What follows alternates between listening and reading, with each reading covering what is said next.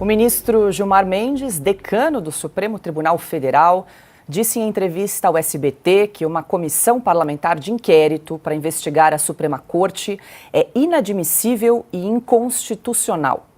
No princípio, uma CPI que investigasse atos do Supremo Tribunal Federal seria inadmissível, seria inconstitucional. Não acredito que o presidente da Câmara tenha se pronunciado nesse sentido. Na última semana, o presidente da Câmara, Arthur Lira, informou ao colegiado de líderes que vai permitir a abertura de 5 CPIs neste ano. Silvio Navarro, muito boa noite. Começamos o programa com você. Seja bem-vindo, meu caro. O fato é que estamos já falando há bastante tempo que o clima esquentou aí entre o governo, entre o executivo e o legislativo, principalmente aí nas últimas semanas, quando o presidente da Câmara, Arthur Lira, veio a público e fez uma declaração aí em relação ao ministro Alexandre Padilha, chamando aí de desafeto pessoal e também de incompetente. Na sequência, também, Lira disse que ia desengavetar aí algumas CPIs, acho que tinham 8 aí na fila para serem instaladas, disse que vai instalar pelo menos 5, mas Lira já sinalizou que parece que essa CPI do abuso de autoridade, que pretende aí investigar supostas condutas, abusos do judiciário, de ministros do Supremo, não é uma prioridade. Aliás, essa era a CPI a qual o ministro Gilmar Mendes se referia nesse trecho aí que nós selecionamos dessa entrevista que foi concedida ao SBT. Quero te ouvir, Silvio Navarro. Boa noite. Boa noite, Paula, querida. Boa noite, meu irmão Augusto. Boa noite, Cauti, meu amigo. Boa noite para você que começa a semana conosco. Paula, vou começar então do final, né? A chance dessa CPI funcionar é muito pequena.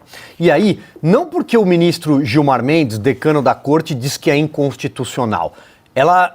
Aliás, não há absolutamente nada de inconstitucional no legislativo investigar com objeto, com foco muito claro, o abuso de autoridade que o Brasil assistiu recentemente, nas eleições, por conta do Tribunal Superior Eleitoral, sobretudo chefiado por Alexandre de Moraes. E agora, com os arquivos do Twitter, com a entrada do Elon Musk neste debate, tudo ficou ainda mais claro e cristalino. Portanto, o foco, o objeto, está ali. Então, não é inconstitucional.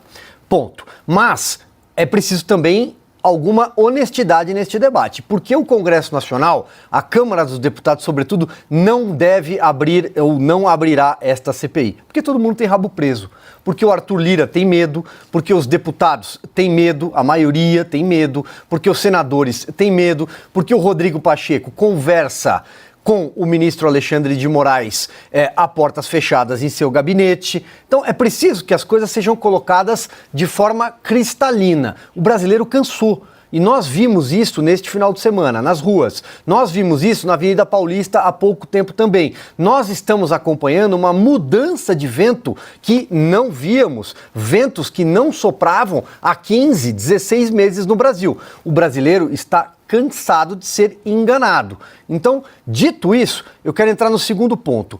Quando a gente diz assim, o ministro Gilmar Mendes afirmou em entrevista ao SBT, era essa emissora que você citou, tá errada essa frase, tá errada. O ministro Gilmar Mendes não pode dar uma entrevista por semana para uma emissora de televisão, uma emissora de rádio, um jornal, não pode, não pode. Se ele quer que a sua opinião ecoe, que a sua opinião reverbere, o lugar disso é na tribuna. Ele pode perfeitamente, ele tem idade para isso, tem boa saúde, ele pode se aposentar do Supremo Tribunal Federal e concorrer a uma vaga para o Senado, uma vaga para a Câmara. E ali ele pode advogar sobre o que ele quiser. Ele tem o direito de falar o que ele quiser, mas não com a toga. Toga não é lugar para advogar ideias. Toga é lugar simplesmente para cumprir a Constituição e se manifestar por meio dos autos. E digo mais, e finalizo aqui, Paula, o Brasil precisa de uma normalidade institucional. O Brasil precisa voltar ao eixo. E isso só será possível se os ministros do Supremo Tribunal Federal pararem de se comportar como políticos e se comportarem como magistrados togados. Ponto. É só isso. É só isso o que se espera deles. É esse o dever institucional deles. Não se comportar como políticos e para ter algum debate, e eu vou voltar nesse ponto, minimamente honesto, intelectualmente honesto no Brasil, é preciso parar de tratar metade da população brasileira, se não mais, como golpista, fascista ou de extrema direita, simplesmente porque não está alinhado com o consórcio de poder, formado sim por esses ministros do Supremo e por um presidente que foi reabilitado para estar lá na cadeira, o presidente de turno, porque amanhã ele vai embora, já ele vai embora, o mandato dele vai acabar. Carlo Cauti, hoje conosco, muito boa noite, seja bem-vindo. Carlo, o Silvio destacou, chamou a atenção para a postura política de alguns ministros aí do Supremo Tribunal Federal. A gente destacou, trouxe aí um trecho da entrevista do ministro Gilmar Mendes, criticando a possibilidade da instalação de uma CPI para investigar aí condutas de ministros do Supremo Tribunal Federal, inclusive chamando de inconstitucional, aí aspas, para o Gilmar Mendes. Mas a gente precisa lembrar também, Carlo Cauti, que na semana passada o ministro do Supremo, Alexandre de Moraes, teve um encontro, se reuniu a portas fechadas com o presidente da Câmara, Arthur Lira.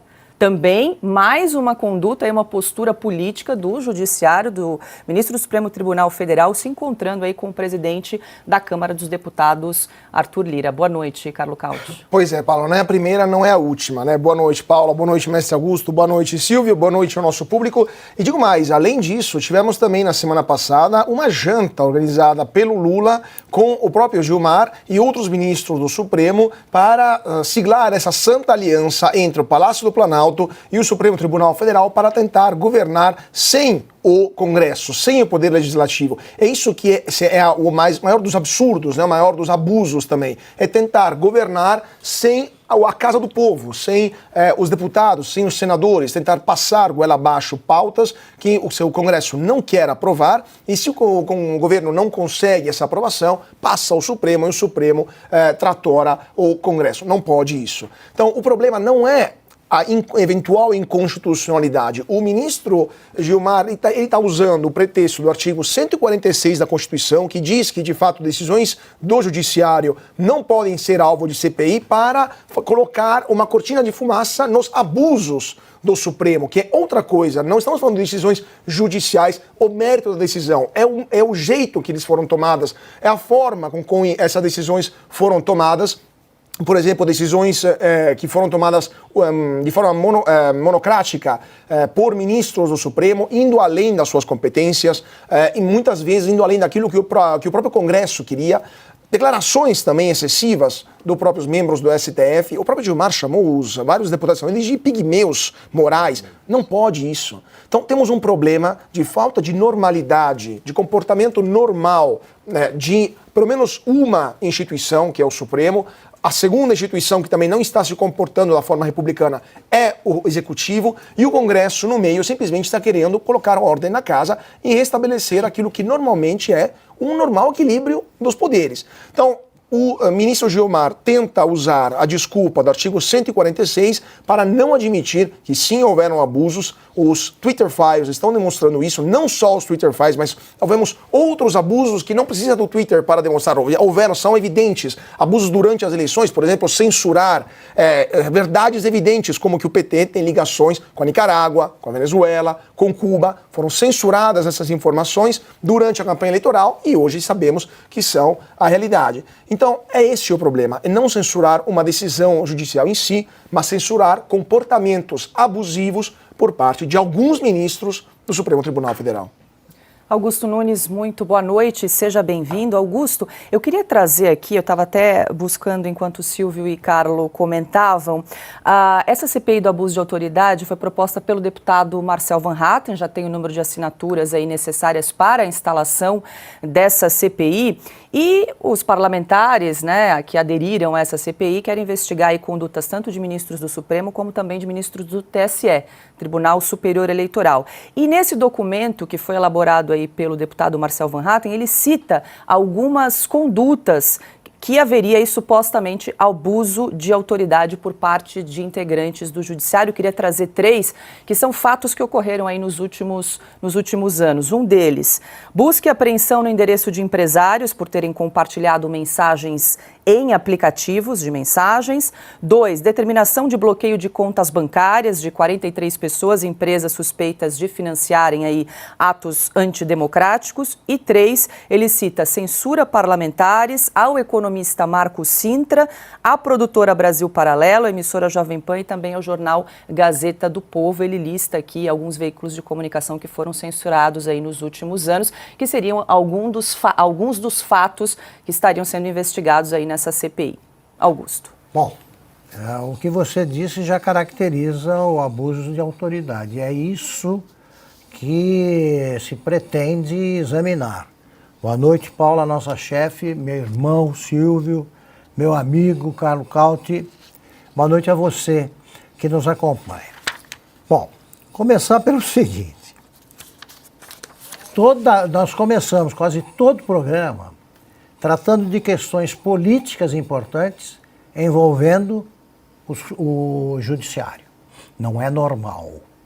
Não é normal. Eu nunca vi isso acontecer. Só de 5 anos para trás, eu nunca vi isso acontecer.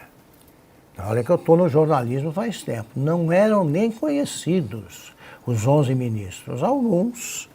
E havia políticos com frequência ali entre eles. Paulo Brossard, foi o Jobim, foi havia ministros que saíam, voltavam. Havia uma... né? Aí ele virava político, tratava de assuntos políticos. Quando ele era ministro, ele tratava de assuntos que devem ser discutidos no consultor jurídico, outras publicações aí que tratam de questões ligadas à justiça, ao direito. Aqui, eles aparecem todo dia, obrigatoriamente, tratando de questões políticas. Primeiro, eu quero saber em que norma da Constituição aparece a proibição de investigar abusos de autoridade cometidos por ministro do Supremo. Qual é? Eles não justificam mais nada. Né? Nesse material divulgado pelo Elon Musk, aí a gente vê como é que eles argumentam ali, né? É uma ordem ditatorial mesmo ali, mas fica na proibição, né? Só divulgam isso. Não pode ter que retirar, recomendamos, e não justificam por que fazem aquilo. Então é o seguinte, é o que o Silvio está dizendo, eles só falam fora dos autos. O que eles dizem nos autos, eles mantêm sigilo. É uma situação completamente anormal. Anormal. Então, um fator de instabilidade política, talvez o maior fator de instabilidade, é o Supremo. E o seu puxadinho lá, o TSE, que também tem filhotes. Todas essas instituições, ou poder, esse poder, as suas instituições, os integrantes delas, e do TSE também, dos seus filhotes, são todos fatores, eles contribuem para a instabilidade.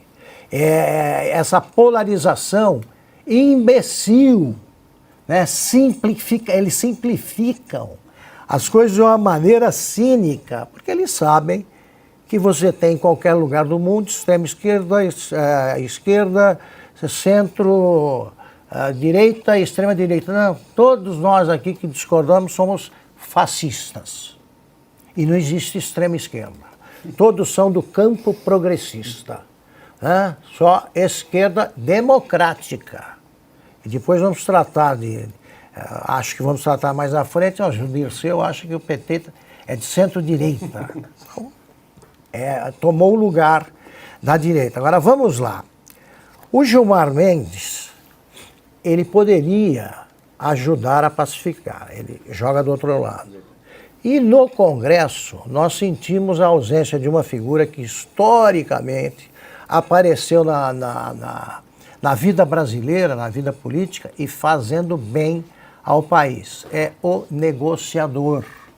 Não negociador de verbas, negociador de um acordo. É o pacificador. A figura emblemática aí dessa espécie é o Tancredo Neves.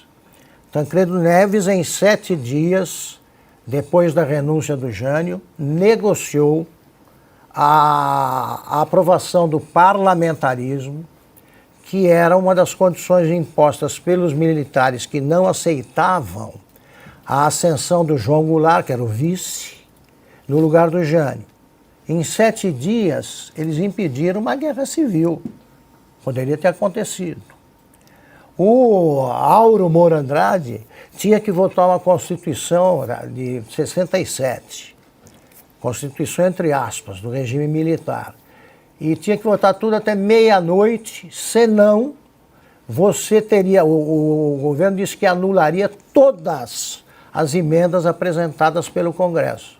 Quando estava chegando a meia-noite, 5 para meia-noite, ele parou o relógio do Congresso e aprovaram tudo.